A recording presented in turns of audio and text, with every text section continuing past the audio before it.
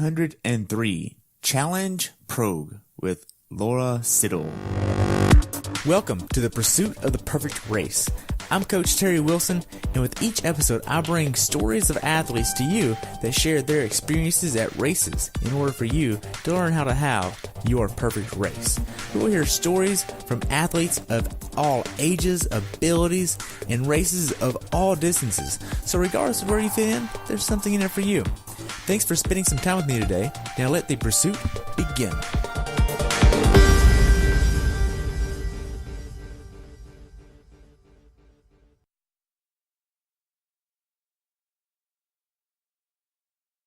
Hello everyone, and welcome back to the pursuit of the perfect race. Today I have the pleasure of talking with my friend Laura Siddall about her recent race experience at Challenge Prague in Czechoslovakia, where she had a respectable time of 4 hours, 22 minutes, and 22 seconds. Laura has been doing triathlons for the past 8 years, with the last 4 being as a professional. This race took place on July 28th, and the temperature on race day was 66 and rose to 86 degrees, where the water temperature was 62.6 degrees. Welcome to the show, Laura. I look forward to hearing about your race experience at Challenge Prague. Thanks very much for having me on. It's good to talk to you. Awesome. So what made you want to do this race? So I based myself in Europe over the summer, and I'm actually a Challenge family ambassador. So I tend to race all or as many of the Challenge family series races in Europe as I can.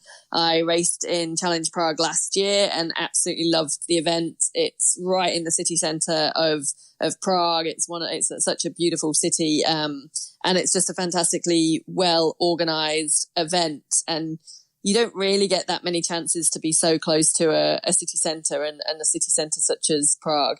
So, yeah. Wow. So before you got into triathlon, did you have a background in any of the 3 sports? I did a little bit of running. I was a track runner, so 400 metres and 800 metres. But, I guess I rode a bike as a kid, but not anything seriously. And I could sort of swim as a kid, but not anything. Didn't do any swim squads or anything competitively like that. Just more of a learning to swim so I don't drown, so to speak. Okay. So, yeah, the sport was pretty new to me. So going into this race, how was your training? So going into this race, I'm sort of midway through the year. I've done quite a few races already this year.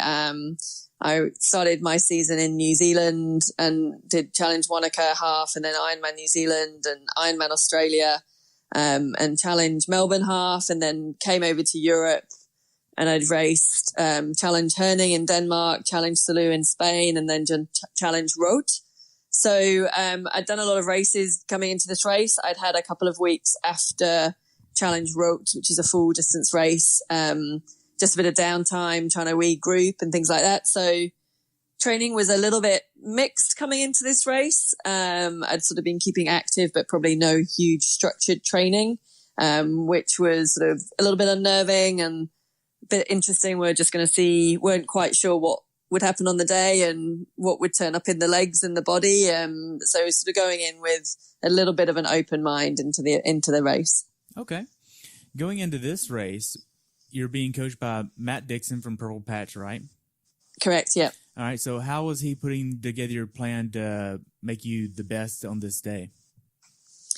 So I had a couple of weeks sort of downtime, not really any structured training, just sort of keeping active. I was doing quite a lot of cycling, but quite low stress casual cycling with a friend, and then had about 10 days leading into this race where we were just trying to sort of prime the system again, get it used to that sort of higher intensity work. So just a few key sessions with some high intensity race pace efforts and above race pace efforts on the bike and the run, really.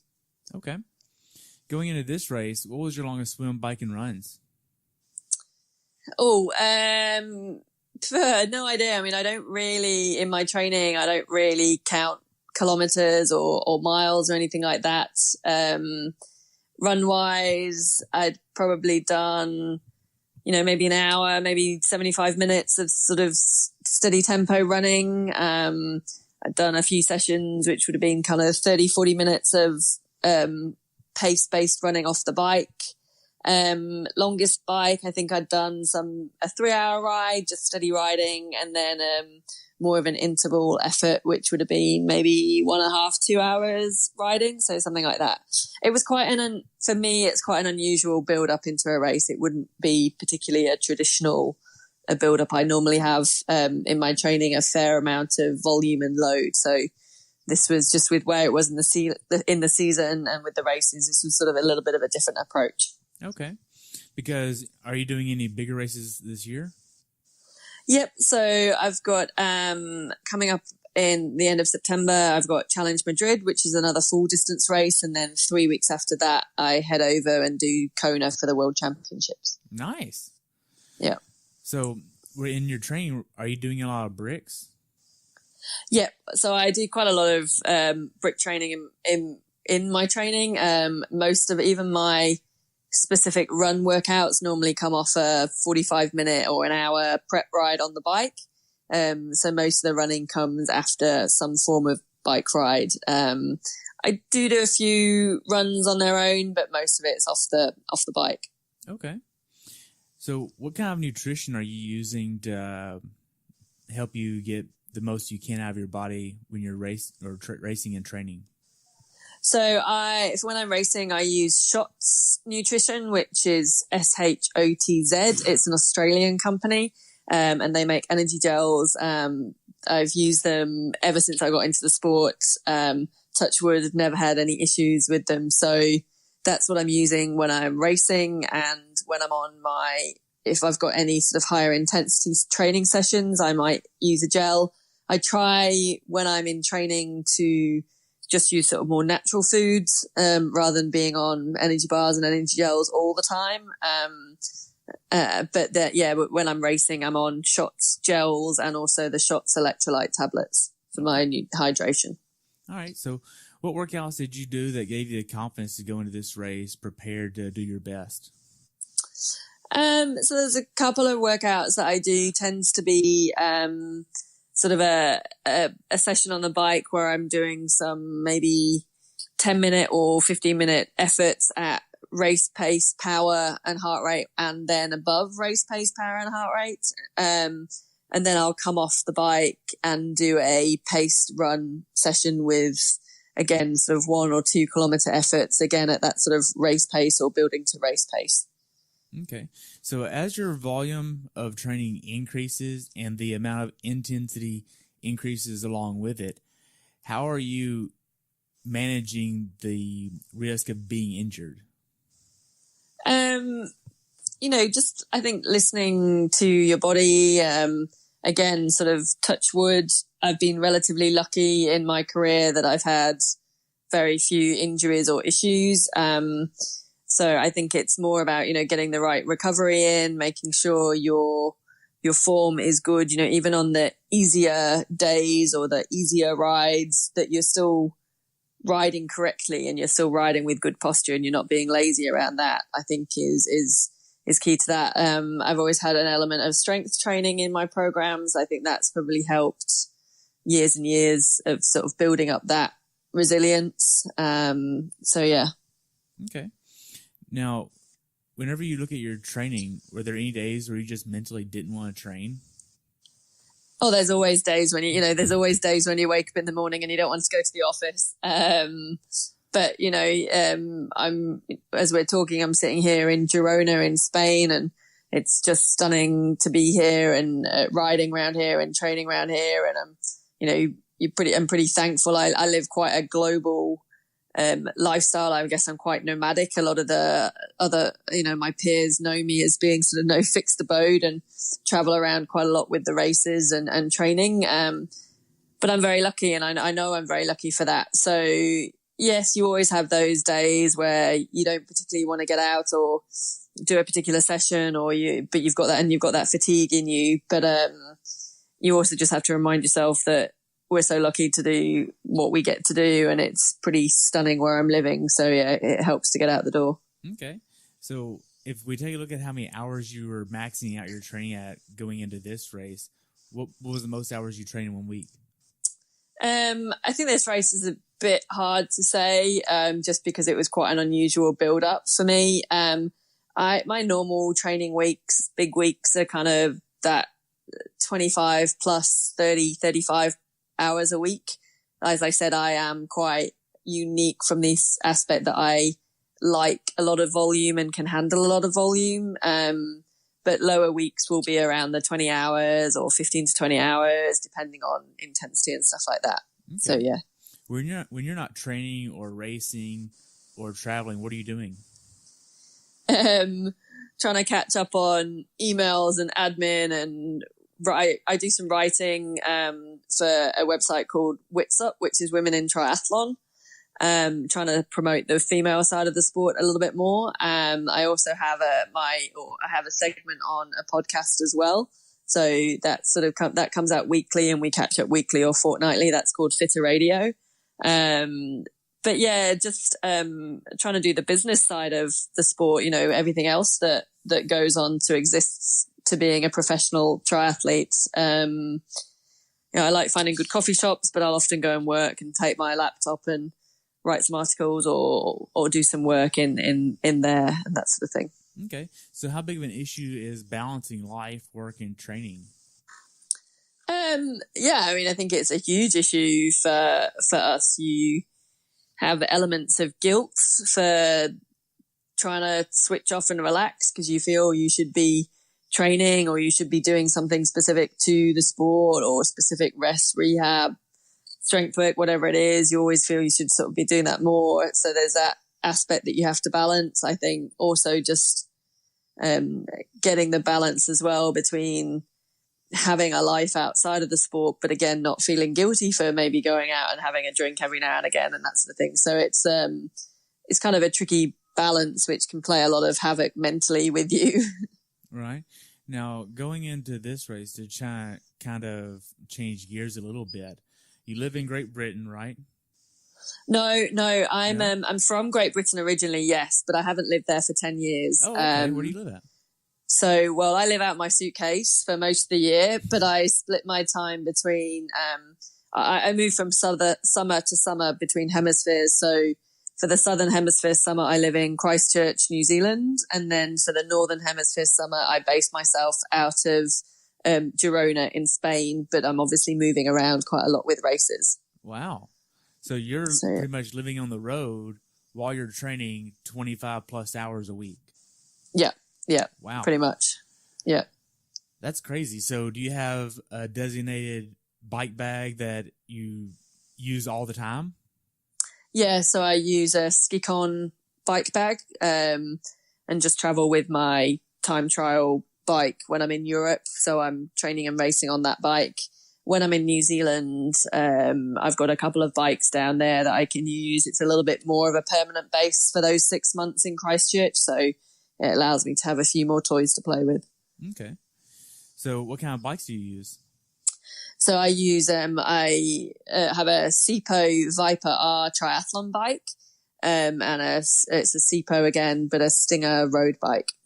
Okay. Now, going into Challenge Prague, when did you start traveling to that area? So it was a half distance race. So the race was on Saturday. It was a lunchtime start. So a 12 noon start. I actually traveled on Thursday, to the race, probably a little bit later than I normally would. I normally like to travel on the Wednesday pre-race, particularly for a Saturday race. Maybe a Thursday is good for a Sunday race. I like to get there sort of a good few days before the race just to get settled, find my way around and locations, and just get logistics sorted in my head, so I feel a little bit more relaxed about things. Right. A lunchtime start. What makes them want to start this at noon? I don't know. I mean, I actually think it's a great spectacle for people. There's more people in town as spectating and to watch the event. They do a sprint triathlon or a triathlon in the morning. So I think for beginners and people getting into the sport, so they have that in the morning, which I think is fantastic. I think also it's logistically, it works for them. Where the race is, like I said, it's right in the heart of Prague, and this is a very historic tourist city, and transition is actually over on a bridge over the river. And that bridge has trams and buses and is one of the main commutes across the river in the city.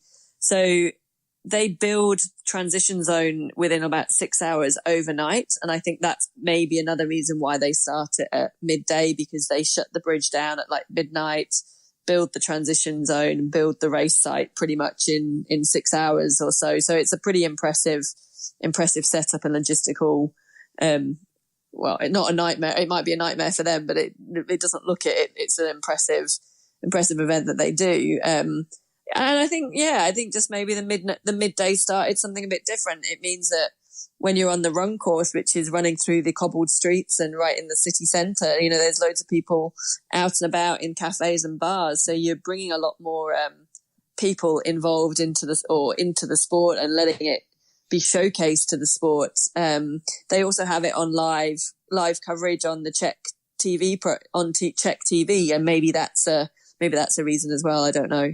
Wow, that's pretty cool. Now, going into this race, did you get like an Airbnb or did you just get a hotel room? What'd that look like? I was in a hotel room. I was fortunate enough to be put up by the race. So they had a race hotel, and so I was able to stay there. Okay. And you brought your bike the morning of just to check it in because, I mean, it starts at noon. You got plenty of time.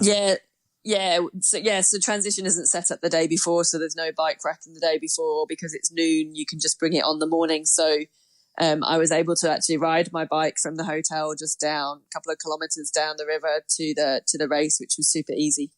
Okay. Now, whenever you got to transition to get everything ready, you said you had some issues with your bike tubes. What happened? I think it's probably more user error because I've been using the tires for a long, long time, and I don't think it was an issue with the tires or the wheels or anything like that. But I've just moved to actually tubeless tires, and I think I possibly maybe put a little bit of pressure, too much pressure in them, or they were affected by the flight, which maybe made a weak spot in the rim tape. Or maybe the sun had a bit of an effect, but when I was setting up in transition, the front wheel actually popped and went flat. But fortunately I had enough time to get to the mechanic and they just stripped it out and we actually put a tube in. So went back to sort of a clincher style wheel and it was fine after that and it held good for the race.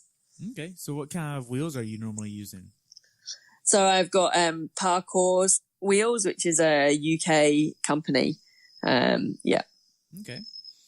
Now, whenever you're getting your mindset around this type of race, being that it's a lunchtime start and it's not the traditional early morning start, you kind of have to prepare for a little bit more heat, I'm assuming, and you kind of have to prepare a little bit about your nutrition from, it's not right after breakfast, but it's when you're going to be in the normal middle of the day. Yeah, that's right. It's quite tricky to sort of plan the morning. I try and keep the sort of the same schedule I would if it was an early morning start. But of course, you've actually got a bit more time, so you can be a bit more relaxed about things. So what I did, it's nice you don't have to get up at the crack of dawn, but I get up, I go for a run straight away, which is what I normally do pre-race. I was able to run for a little bit longer this time just because you've got a bit more time and could sort of do some strides and just a bit of activation and then come back and you can shower and get kitted up and things like that. And again, sort of have a more leisurely breakfast. I ate exactly the same as I would for a race normally, an early start race, just probably ate it a little bit more leisurely rather than shoving it down with less time. And then you're just making sure that you're keeping hydrated through the morning and things like that, with it being that afternoon start. And also Europe's going through a pretty hot heat wave at the moment, so it's going to be pretty toasty out there. It's just being aware, as you would with any race, when you look at the weather conditions, making sure the nutrition stays the same. Your nutrition isn't going to change whether it's hot or cold. You still need the calories, but it's your hydration that will change depending on the temperature. So I had a little bit more of a concentrated hydration electrolyte solution that I was using for the race and then topping it up with water. Okay. Now, being that this is a noon start, did you sleep pretty good knowing that you're not going to sleep past it the night before the race? Yeah. Actually, I still woke up a little bit before my alarm with those sort of subconscious don't sleep through your alarm thoughts, but it certainly wasn't the usual waking up every hour with paranoia that you're going to sleep through the alarm when it goes off at sort of 3 a.m., which should be the normal start. So it's quite nice. Good. Now, you get to transition, you have some issues with your bike, but other than that, how are you setting up your transition area? So the bikes are racked, and we could have our shoes on the bike, and all my nutrition and my hydration's on the bike already, and my Garmin and things like that. And then our helmets and my sunglasses were in a bag that was near the swim exit. So it had quite a long transition, and we picked up, you came out the water and then picked up sort of the helmet and put that on before running to the bike. So that was in a bag that we left there pre-race. And then again, my shoes, the visor I wear when I'm running, and some more gels for the run were in another bag for the bike to run transition. And you drop those off before the race as well. Okay. Now, what kind of helmet are you using? I have a Casque Bambino helmet that I wear. Nice. Do you like it? I love it. Yeah. So it's also been custom painted, so it matches all my kit and my bike, and I love it. It's cool to wear. Nice. So you mentioned sunglasses as well. What kind of sunglasses do you have? Oakley sunglasses. Yeah. Nice. I love Oakley. I have like 10 pair of them. I feel like. Yeah, they're great. They're great. I've always worn Oakleys from starting sport sort of thing, and I just find they fit my face and are super comfortable. So yeah. Like, I know a lot of people love other brands, but I feel like I want it just to barely touch the bottom part of my eye right here. And yeah, like no other glasses do that, and I love it. Yeah. Now, going into this race, what was your mindset? Did you want a podium? Did you want to just finish it? Was this just checking it off? What was the mindset? I mean, whenever you put yourself, as a professional, whenever you put yourself on the line, you're wanting to you're going for the win or the podium. I think you have to have that mindset. I mean, this race, again, for me, it was a little bit of an unknown. I was coming off sort of a little bit of a break, a little bit of unstructured training. We weren't quite sure what the body was going to bring on the race day. So you have a little bit of an open mind as to what's going to happen and what's going to, how you're going to perform. But, regardless of that, the aim is always to give 100% effort of whatever your body gives you on the day, and focus on your race of swim, bike and running and getting the best performance out on the day. And hopefully that puts you somewhere near the top of the race at the end of it. Okay. So, yeah. So this is a lunchtime start for the pro women, or is that just a mass start for everybody? No, so the pro men started at 12 noon. We started at 12:03, I think. Then they had a wave start of all the age group women, which was 12:05, and then a 10-minute gap back to the age group men, which was then 12:15. Wow. Okay. So I wonder why they stacked it like that. I can tell you exactly why they stacked it like that, because they're trying to give the pro women a fair race. If a lot of races, one, they don't segregate big enough start times between the pro men and the pro women. Fortunately, the 2 minutes was okay given the field of pro women we had. But if we'd had any really top swimmers in the pro women field, they'd have swum through the men's field, and then they get caught up in the men's race, and it's not fair on the pro women's race.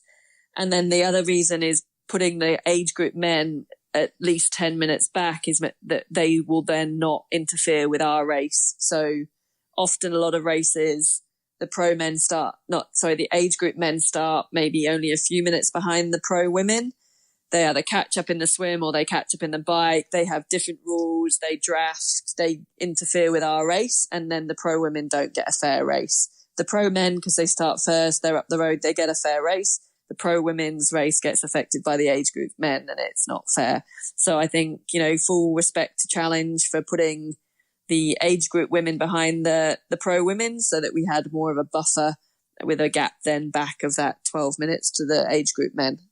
Okay, that makes sense. I've actually had one pro female owned that actually got passed in the swim by an age group male. And it happens, especially it does. Go ahead.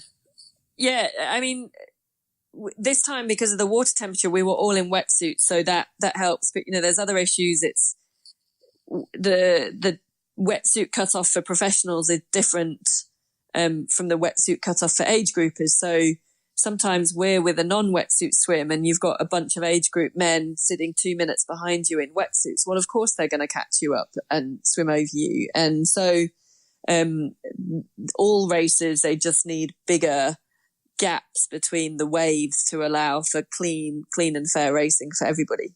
That makes sense.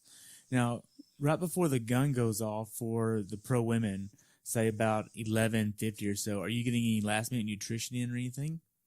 I take a gel 15 minutes before the gun goes off. So around about that 11:45, 11:50. Yep. Okay. Now, you said you can use a wetsuit at this race. Did you use a full sleeve or sleeveless? I had a full sleeved wetsuit. Yes. Okay. Yeah. What kind of wetsuit did you have? I had a Volare wetsuit, which is an Australian company based on the Gold Coast in Australia. So I've just started wearing their wetsuits. Okay. And did that work out pretty good for you today? Yeah, it certainly kept me warm in that 17 degrees temperature. Yeah, I really like their wetsuits. They're super flexible around the shoulders, which for me is pretty keen to try, and I have pretty tight shoulders as it is for swimming. So having a wetsuit that allows them to move as much as they can is pretty good. Okay. So the gun goes off. How does the swim go for you? I had a pretty solid swim for me. The swim is the weaker of the three disciplines, so I'm always a little bit further behind, but I found myself in a group. I think there was a couple of girls went off the front who I knew they were pretty strong swimmers, and then a small group of another couple, 2 or 3, formed behind them, and then there was a group of 4 of us behind that. But we were only about, I think, 2 minutes in the end off the lead by the time we exited the water. But it worked pretty well. We sort of formed this group of 3 or 4, I don't know, a couple of 100 meters into the swim. I sort of slipped to 3rd place and then 4th place in that line, and we just swam in a line and sort of, I held on to their toes as much as I could for the rest of the swim. Okay. So how many of these girls do you actually know on a first name basis? I know most of them. Some of the European girls I'm not as familiar with, but also a little bit harder with just languages when you're over in Europe, if people don't necessarily have good English, and other languages are pretty rubbish. But most of the girls, you kind of know who they are or are aware of them, and enough to say hello and be pretty pleasant and amicable pre-race. Okay. So you get out of the swim. Did they have wetsuit peelers here? No wetsuit peelers. So that was, had to do that ourselves. Okay. So it's a pretty long transition. About how long of a transition area is this? Well, I'm not sure in distance, but what it is, because the transition is on a bridge over the river and the swim is actually around an island, which is under the bridge, obviously in the middle of the river. So then you exit the swim at one end of the island, run maybe 100 meters or so to pick up your transition bag, and you change then, or you take your wetsuit off then, put your helmet on, and then you run up the steps onto the bridge, and you pretty much have to run sort of a lap and a half of the bridge. So trying to explain it, you come up the steps and turn right and run all the way down to the far end of the bridge to enter into the transition zone. And our bikes were all the way over on the other side of the bridge. So you got sort of quite a long transition in the end. I think it was 2 or 3 minutes in transition to get to the bikes. Yeah. Okay. This sounds similar with the steps in it, kind of like Ironman New Zealand. Yeah, a little bit. Yeah, because that's got quite a long transition and steps up as well. Yeah, so it is quite similar from that respect. Okay. Now you get to your bike and you head out. Is this a clean transition area where you have to put your stuff in your bag? No, so you've already left your wetsuit in the tent under the bridge. So when you get to your bike, you're just with your helmet and your glasses and the race belt, and then you can pick up your bike and run straight out and jump on and away. Okay, I didn't realize that they had a tent there. I mean, this is a 70.3 distance race, and I didn't realize that a 70.3 would have a tent for changing. Yeah, I mean, a lot of 70.3s or half distance races are now following similar protocol to the full distance race, by having your kit in bags on hooks, which you pick up, and then you have the opportunity to sit in a tent to take the wetsuit off, put that in the bag, and then put your helmet on before you actually run to the bike. Nice. I like that. That's pretty nice. Yeah. Now, whenever you got to the bike ride, did you have a strategy of how you wanted to attack this bike ride? I had a rough idea of what numbers I wanted to push on the bike. It was trying to, obviously close down and as much time as I could to the front of the race. Didn't really didn't know quite how far ahead they were either. But unfortunately, actually, when I got to my bike and jumped on and I tried to start my Garmin and it didn't respond and it had probably cooked itself in the heat. So I actually had a race where I was going blind with no numbers of power, heart rate, time, speed, anything, cadence. Wow. So you had to revert back to RPE based on your experience.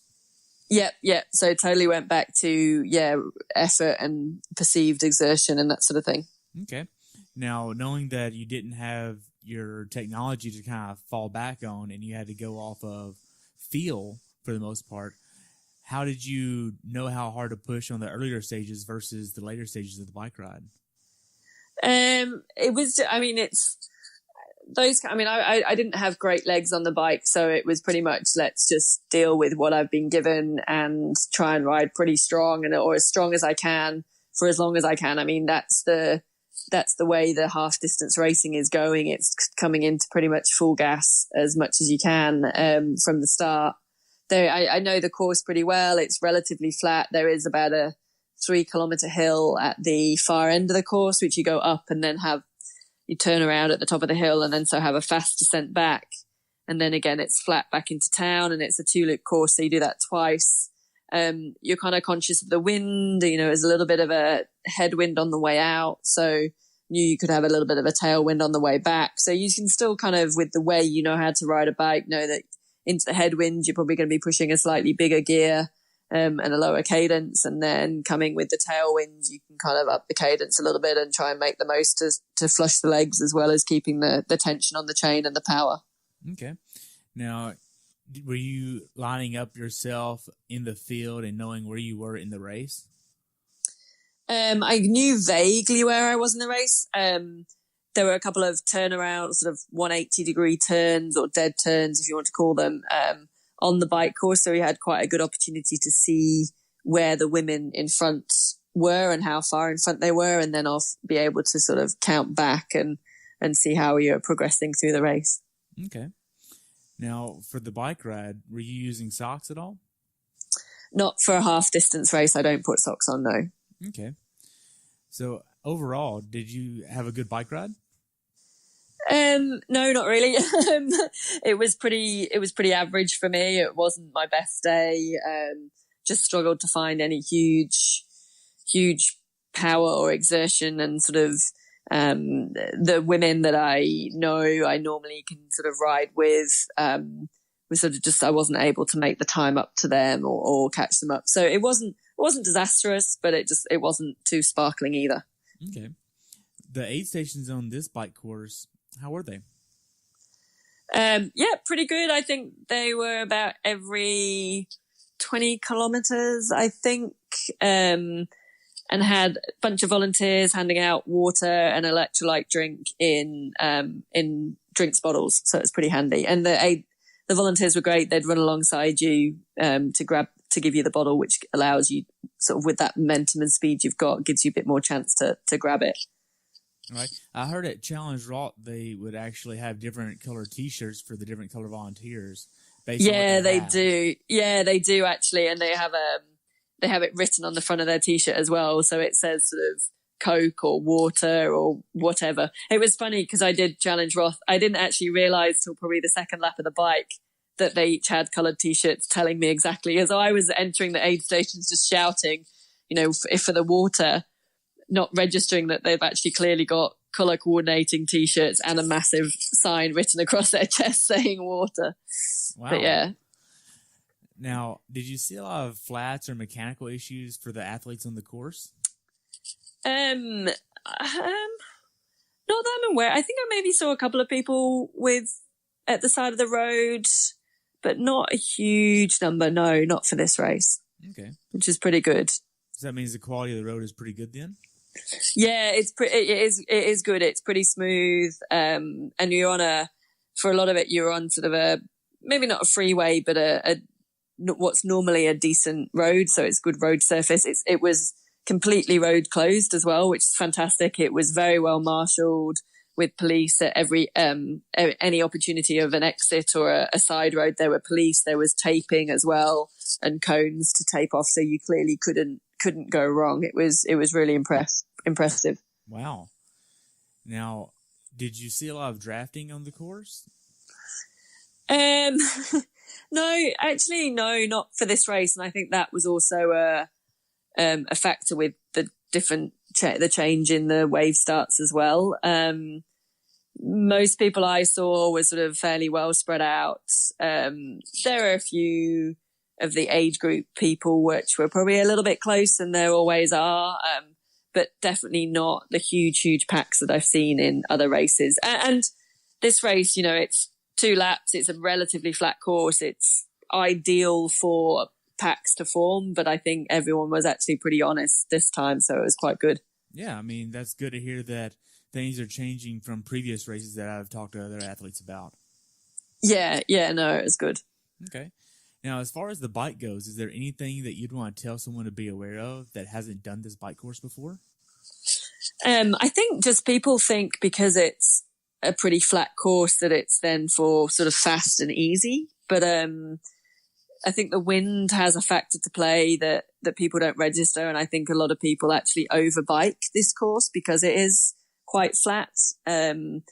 You've got, like I said, there's this sort of 3 kilometer climb, which it's just kind of a steady gradient. It's quite a nice gradient to go up and it's a fast descent, but there's definitely opportunities there to attack, but there's also opportunities there to fry your legs.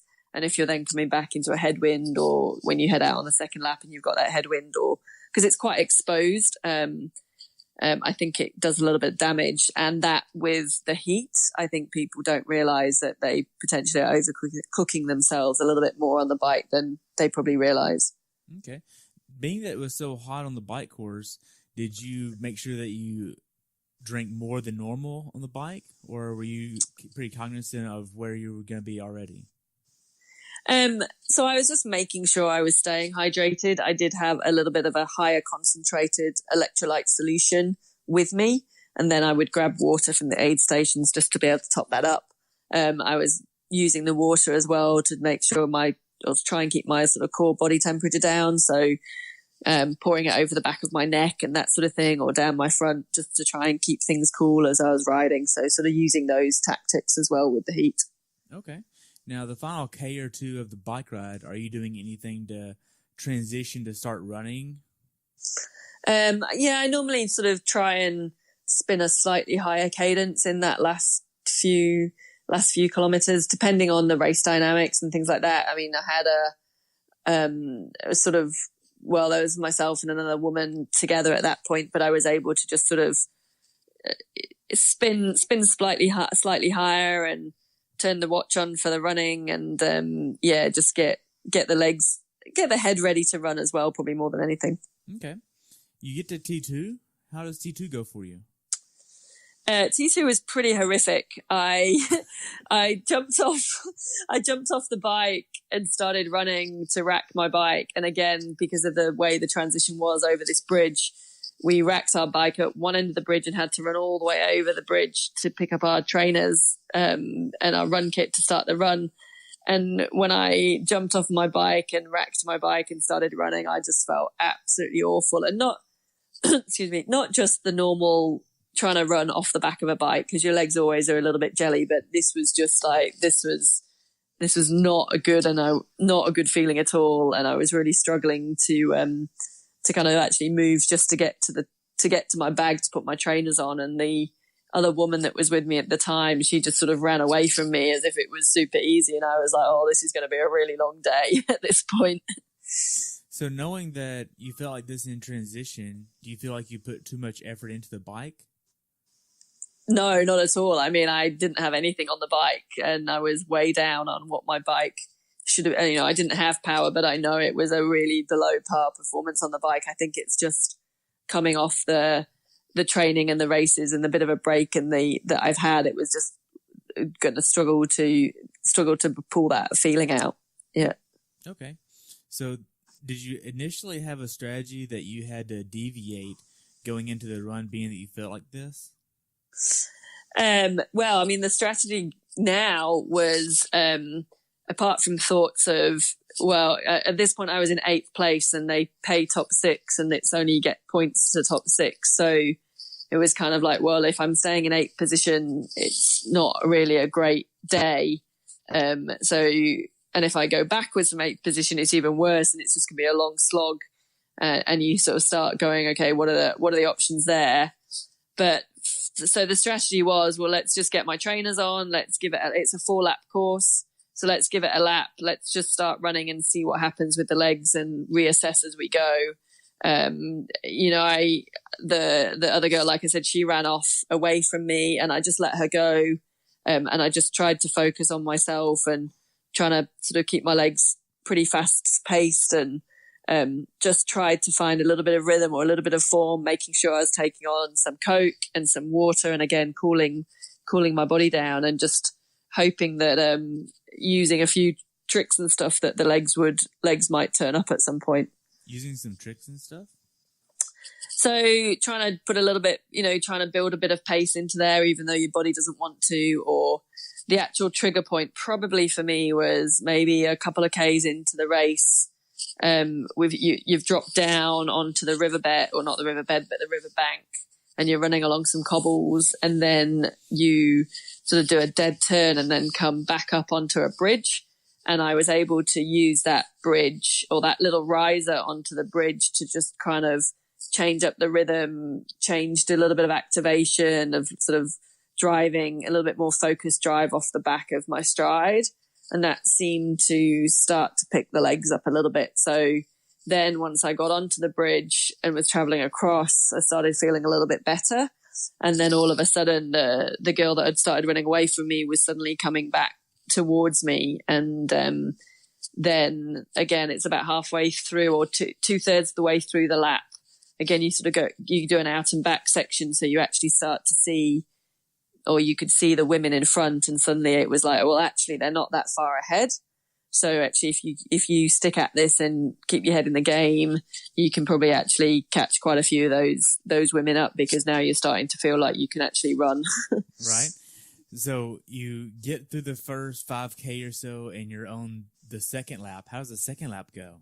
So the second lap I then started feeling, so I then I caught the girl in front of me. So I was then into 7th place, I think. And I actually first was starting to feel relatively good on the second lap.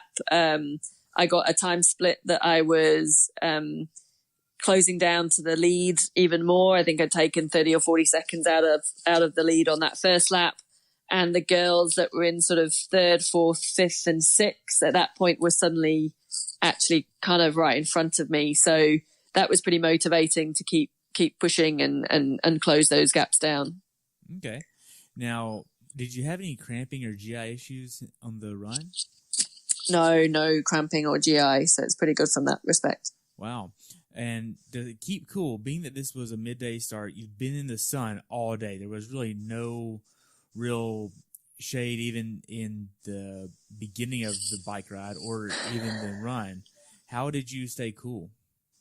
So on the bike ride, there was the climb at the end of the loop, the 3K climb was actually in trees. So that was pretty nice. We got a bit of shade there, but the rest of it was exposed. On the run, it was pretty exposed. We had a couple of shadier patches that were sort of between some tall buildings. But we actually were pretty lucky on the run because we suddenly had quite a lot of cloud cover come over, and it actually started to rain a little bit. It was still warm, it was still humid and hot, but the rain was sort of quite nice. I was actually praying for it to sort of downpour at that stage, even though it would have made it quite slippy and exciting on the cobbles at that point. But Yeah, but keeping cool, it was just about when you get to an aid station, taking on water, and I'd be throwing water over my head. They had sponges as well. So using a sponge and using that again to sort of squeeze over your head and down your back and that sort of thing, and just sort of trying to be clever on the course and find those bits of shade to run into so you weren't totally exposing yourself. Okay. What was the funniest thing that you saw on the run course? The funniest thing that I saw on the run course, probably I had some friends that were there supporting another girl and myself, and just seeing those guys out and them being pretty mental cheering, and in amongst sort of these bars where there were all these tourists sort of just sitting having a quiet Saturday afternoon drink, and then you'd get some crazy Germans with the big inflatable clappers and that sort of thing, sort of cheering or running alongside you and that sort of thing. That's probably the funniest thing on the run course that day. Wow. So you get to lap 3. How does lap 3 go for you? Lap 3 was very similar to lap 2. I think I'd actually moved up into second place at that point. So, oh, wow. Yeah, so I'd made the second and third laps, managed to reel in most of the women in front of me, and was sort of had closed down the gap. It was probably about a minute and a half maybe behind the leader at that point. So yeah, the second and third laps were pretty good. But I also knew I had somebody who was running a little bit quicker coming up behind me as well. So it was sort of no relaxing. It was still kind of trying to keep the pace on to catch the leader. Okay. With this course, you had mentioned that some of the run course is on cobblestone, right? About how much of the course is on cobblestone? There's probably maybe 300 meters or so, but it's sort of, you hit some cobbles that you come down off the road onto the riverbank or onto a path that goes by the river, and that's on cobbles, and then the cobbled section along the river. And then you turn back up to the bridge is on cobbles as well, but then you're back on normal asphalt road and pavement. Okay. So maybe 300, 400 meters. And that's each loop? Each loop, yeah. Okay, yeah. So almost a full mile is on cobbles, thereabout. Yeah, probably, yeah. K and a half for y'all. Yeah, yeah. Knowing that, did you wear a certain kind of shoes to prepare for the cobblestones, or what kind of shoes did you use? I race in Hoka Tracers, which I absolutely love. I actually do most of my training in them as well. So no, I didn't change my shoe strategy for the cobbles. I mean, partly, I'm traveling, like I said, so I only sort of have limited numbers of shoes with me, but they would have been fine. It was only, if there'd been any longer cobbles, you might have considered a different shoe, but it wasn't long enough to make a huge impact, and you could kind of find some smoother stretches on the cobbles that you could run on. Okay. Now, were there that many big hills on the run course? No big hills. There were a few ramps, as I said, sort of coming back up from the river onto the road and the bridges, and then sort of a bit of a slower gradient down, and a few rollers, but no huge real big hills or anything like that. Maybe some ramping gradients of sort of 30-40 meters and that sort of thing, but nothing too big. Okay. Now you finished in third for this race, so where did you get overtaken at? Yeah, so on the third lap I'd moved up into second, but then I knew the girl that I'd started the run in 8th and she'd started in 9th, so we were both moving through the field during the run, and I knew she was probably a slightly quicker runner than me. She caught me on the 4th lap, probably then around like the 16-17 kilometer mark. Yeah. Okay. And for those listening that don't understand how many kilometers are in a half, it's 22.1. Thank you. Yeah. So, yeah. Yeah. 21.1 for the half kilometers. So 21.1. Yeah. Okay. Yeah. Yeah. It's 42 for the full. Got it. Yeah. Yeah. Now, the final kilometer or two of the run, how does that go for you? So once I got overtaken, and then so I was then back down in third, and I kind of held pace or held the gap that Kirsty had put into me for a little bit of that. but then, we got to this other second this out and back section, and we got chance to see where the leader was, and she wasn't really that far ahead. So the last kilometer, it was I knew I was safe in third. I knew I wasn't going to get caught by anyone behind me, and I knew it was going to be a big ask to catch second and first, but you still want to give it everything because you closed down so much of that time in the first 3 laps that you still think, maybe there's just that chance that you can snatch the win or snatch another position up again, sort of at the finish. And you don't know whether the woman that was in the lead, how much she's suffering or going to really struggle in that last kilometer. So you're still kind of trying to keep pushing and making sure that you can try and close down as much time as you can and see what happens. Okay. Now, are you looking at a heart rate on this run, or are you going off of RPE, or are you just pushing as hard as you can for each moment? For this run, I was just running. I didn't actually look at my watch at all to know what splits or times or heart rate. It was purely just kind of on a feel and where the other women were. Okay. So tell me about the finish shoot. How was that experience for you?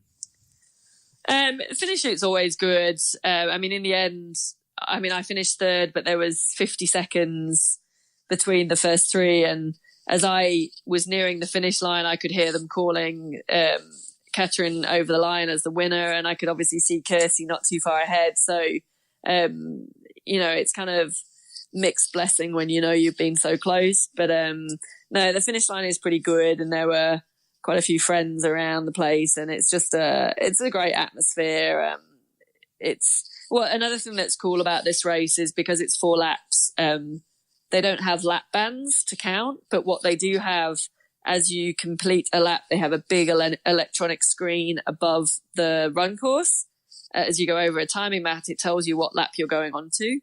And so it says, it shows your name, Laura Siddall, on to lap 2. And, obviously you turn right to start lap 2, or it says to the finish and you turn left to the finish. So which is pretty cool. And there's lots of support out there. Like I said, there's obviously everyone who's raced in the sprint in the morning or been out, supporting their athletes who are maybe still racing, or just people, the local tourists that are out and about and want to come and have a bit of a nosy of what's going on in the city. Wow. So after you crossed the finish line, what'd you do next? After we crossed the finish line, pretty relieved that it was finished. We had a flower ceremony for the first 3, so got to spray a big bottle of champagne around, which is always good fun. And then it's sort of I wasn't needed for drugs testing, so it was a case of just trying to get my bag out of the recovery area and then make sure I'm getting more water down me, and if I can force a little bit of normal food down me, I will do. But yeah, and then just trying to sort of catch up with people and get through the recovery area. Okay, how was your recovery process? So this one, I had a couple of friends racing who I wanted to make sure I was still around to watch them finish. So, recovery wise, like I said, like grabbing, I tend to feel like I can't eat and drink much after a race. So I tend to stick to water. I managed to grab a couple of bread rolls. So sort of try and force that down me because I know that you have to. And then it was sort of waiting for my other friends to finish, which was fantastic. And then, the recovery after that was, I pick up your bike from transition and I cycled back to the hotel. So again, you got a bit of chance to flush the legs that way. And then my recovery after a race is that I always try and ride the day after. So I always try and ride. If it's a full distance race, it'll be 2 to 3 hour ride. If it's a half distance race, sort of 1 to 2 hour ride. As much as you can fit in with logistics that happen the day after a race. Okay. Now, if you could go into this race again, retrospectively, and change something, what would you change? I would probably go into this race having a much better training block leading into it, so that I would have felt a little bit fitter and fresher going in, rather than having sort of the lead up I'd had into the race. It's probably and probably just a mindset of being a bit more confident in myself and giving it a go regardless of what happened with the body. Okay. Now, what's something that you learned about your race experience here that you would want to pass on to someone who hasn't done this race before? I mean, it's not specifically to this race. I mean, I would recommend anyone wanting a European race to come and do Prague. It's a fantastic race. And for, people in Europe, it's a great city break race because of that Saturday afternoon race. You can come in Friday night. You've still got Saturday morning to get yourself sorted, race, and Saturday afternoon. You've got Sunday to enjoy being a tourist in the city. From a learning perspective, I think the message, and it's not specific to this race, I think is just don't give up and don't prejudge yourself. There were times on the bike and there were times on the run that I felt I should pull the pin because it wasn't going that well, and I was kind of quite a long way down the rankings at that point. And was it, you go through those questions of do I carry on or not? But I think the message is that you just don't. It's still quite a long way to race even over the half distance, and you just never know what's going to happen in front of you. And so it's that fact of, you keep going and you never give up and you never surrender. And, you just keep pushing, trying to get the very best out of your body regardless. Okay. Now it seems like you had a little bit of a dark spot on the run and the bike. How did you get through those? So, I mean, it's just about keeping present and just falling back onto your toolbox of skills and by that, I mean, whether it's the swim, bike or run, it's going, okay, what can I do at this point of time in this moment to get the very best out of myself with what the body's giving me? So even if you're feeling crappy and you're feeling shit, it's like, well, how can I just get the most out of what I've been given? And so am I sitting correctly am I taking calories? Am I drinking? Am I eating? Am I drinking? Am I sitting correctly on my bike? Am I riding well? How am I going to take that next corner? How am I going to take that next little hill? Or can I, if it's on the run, it's like, right, just again, am I running with good form? What can I do? Can I try and surge a bit of pace or surge a bit of power on the bike to maybe try and shake the legs into finding something, and using things like that to just try and to help yourself manage it. And also knowing that, it probably dark patches will end and it will get better. Okay. How could challenge have made your race experience as an athlete better? How can they make it better? I don't know. We were pretty spoiled at this race, I have to say. I think it's a fantastic race. I think they do a great job at making the experience better. I really do. I'm not just saying that. I think this race is pretty unique from that element, with it being in the city centre. As a professional, we were, and like I said, I was lucky enough to be put up in a hotel, and they had a bus that would pick us up and take us down to the race site, take us down to the swim whenever we needed.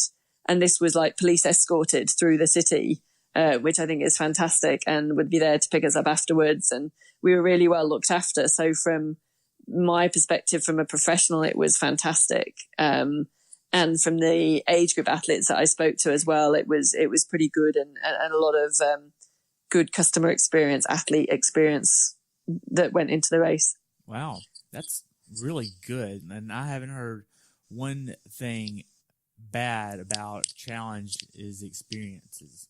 So, I mean, this is just from the organizational standpoint, it's just remarkable. Yeah, it's not a huge company, the Challenge brand, and they do license out their races. So you do get a little bit of variability in race to race, just because it's run by local teams in that area. But what I do think they do pride themselves on is creating an athlete experience, and a really great event for the athlete, and one that they remember. It's incredibly welcoming. It's incredibly friendly. It's really family supported and orientated. And I think they do, they really try and do a good job to promote that. Okay. For first timers that are going to do this race next year, what advice would you give them? What advice? I mean, so a complete first timer, you've got the opportunity to do like the short sprint try in the morning. But if you're coming to do the half distance, I think, just come and enjoy racing in Prague and being in the city. Get there a few days, if you're coming over from the States, or get there a good few days in advance and enjoy what the city has to offer, or maybe it's stay a few days afterwards and enjoy being a tourist in the city. I think for me, I like to be there a few days just to see where the layout of everything is and get the logistics set up to make sure that you're not rushing around with anything and adding more stress or panic to yourself. So I think, it's a great race for first timers because it is so well located. It's easy to get to from being in a city. The swim, it's in a river, but you're really close to, you can see land all around you and you're pretty close to land at every point. So I think there's never going to be any chop. There's never going to be any surf. There might be a bit of chop, but it's not going to be huge waves or anything like that because you're in the river. So it is actually a really great opportunity for beginners. It's completely road closed. It's not a particularly taxing bike course from that respect. And the run course is 4 laps. So there's plenty of time, or plenty of opportunities to see lots of support to help you get to the finish. Okay. We covered a lot about your race. Do you have anything else you'd like to add? No, I think there's a lot of good races out there, and guys in the States, come over to Europe and there's some fantastic races to do over here. So do some destination races and pick the challenge brand. Awesome. Well, I only have a few more questions for you. What's next for you? What's next? Yeah. So my next race is again another challenge race. It's Challenge Volsea in Austria, which is in about 4 or 5 weeks time. But I'm currently just having a little bit of a week of downtime and family time. So I'm in Girona for 3 days, just switching off from the sport. So as an example, I went to the beach today, which is something very unusual for me. I don't normally get that opportunity. So it was quite a luxury. And then I've just booked a flight home. I'm going to go home back to the UK to see my mum and dad and my sisters and nieces and nephews over the weekend, and just have a bit of headspace time, which I'm quite excited about. And then, I get back here on Monday and it's then full back into training and full steam ahead for the race in Austria at the beginning of September. And then I race Challenge Madrid, which is a full distance race on the 23rd of September, and then head over to Kona for the World Championships. Wow, that's great. So what motivates you to stay in the sport and going forward? Like, what's your why? What's my why? So my why is, I guess, my motto, don't die wondering. That's why I turned professional. My why is because I want to see how much I can still improve and what I can do, how much faster I can get. I still feel I'm learning in the sport. I still feel I'm new to the sport. I'm still enjoying it. I'm getting to live in amazing places and travel the world. And yes, that has negatives of being nomadic and not having a fixed abode. But, I'm incredibly grateful for being able to do this and know that it won't last forever. So I guess that's my why. And just, it's a fantastic sport. I've met so many amazing people around the world and had so many opportunities through sport that I guess that's also kind of keeps me going. Wow, that's great. So how can athletes follow you? They can follow me. I've got a Facebook page. I think Laura Siddall, Professional Triathlete, I think. Twitter is LM Siddall, Instagram LM Sid, website laurasiddall.com. Please follow me, drop me a message, say hello, come and find me at races, come and say hello and introduce yourself. So you've listened to me on the podcast and that's the thing. I love meeting and engaging with people and hearing their stories. Nice. And you're also on other podcasts as well, right? Yeah. So I have my own segment called Sid Talks on a podcast called Fitter Radio, which is based out of New Zealand, but obviously goes out globally. And also I write for a website called Wetsuit, which is Women in Triathlon. So please give those both a follow as well. Nice. So I only have a few more questions for you before we wrap up here. What races are on your bucket list? Being that you've done quite a few races around the world and traveled quite a bit, what else is on your bucket list?